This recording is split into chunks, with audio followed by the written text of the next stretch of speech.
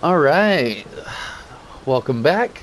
This is what the Meteoric Ore Blade build turned into. I'm using, let's go over equipment real quick. I'm using the Royal Greatsword, plus 10, of course. Um, Lion Greatbow, plus 9.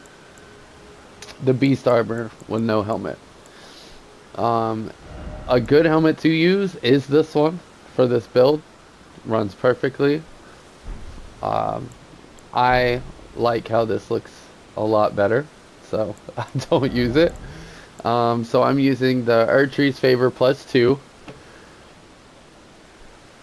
just to increase my equipment load, and extra stamina and HP is a plus. Dragon Quest Great Shield Talisman still, because I'm still in the opponent's face most of the time.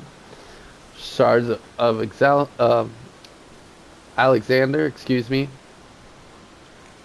is still the same. I added the Ancestral Spirits Horn. That's just to use so I can have 4 of those and not like 6, you know. Don't really need them. I actually really don't even need 4. 3 is probably good enough. This build uses a lot of stamina. A lot. So I have the Green Burst Crystal tier, and I like to be up close and personal, so I also have the hard tier damage negation. Um, I'm using Radon Spears with the Radon Great Bow. It is fun. So if you look over to your right, my Vigor is at 51, Mind at 26, Endurance at 40, Strength at 80, Dexterity at 21, Intelligence at 80, Faith and Arcane you don't have to spec into at all. That I just started out as a bandit class, so I have Arcane pretty high. What else did I want to go over? Oh, so what I usually do, especially big bosses, is I start out with the Lion Great Bow, do Rain of Arrows, or Radon's Rain, excuse me.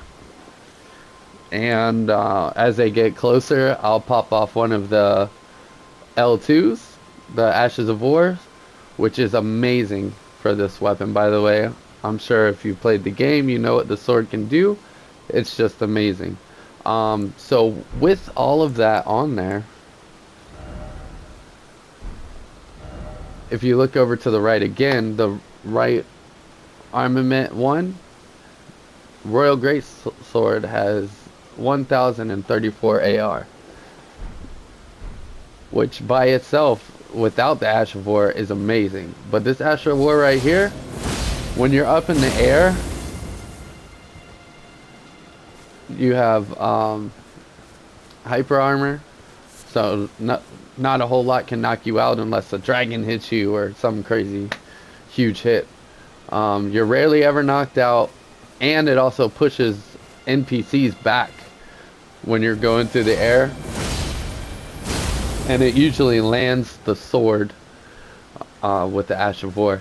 And just like with a Meteoric Ore Blade, Ash of War, if you hit with the blade, it adds poise damage and also damage in general.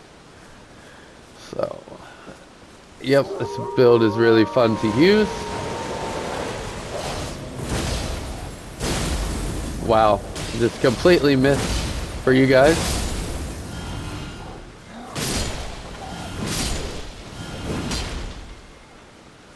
And just throwing a giant hunk of metal around is pretty fun too. I did want to go over what your attributes would look like if you were only at 150. It would still be 50, 25, so 50 vigor, 25 mind, 40 endurance. You need 40. So the top 3 you definitely need. Dexterity, you actually only need 18, which is what I had it at. I just started increasing dex because it does scale with dex, and I've already maxed out the other 2 stats. So really, you only need 18 there. And then you have, so strength and intelligence, you could drop those down to 50 each. Or make sure that your intelligence is higher than your strength. And then once you get intelligence up to 80, then you want to start matching the strength if you want to continue leveling up as I did. Let's see here. Lion Great Bow. I need to get it to plus 10. So the magic spells that I have on here,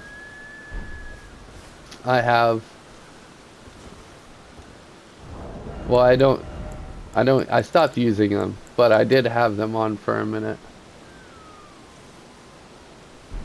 Yeah, that was from the other build. Sorry, I just saw them down there. Alright, yep, that is the build. And please like and subscribe. Thank you for watching, and have a good day. Nomadic Crazy 8s, out.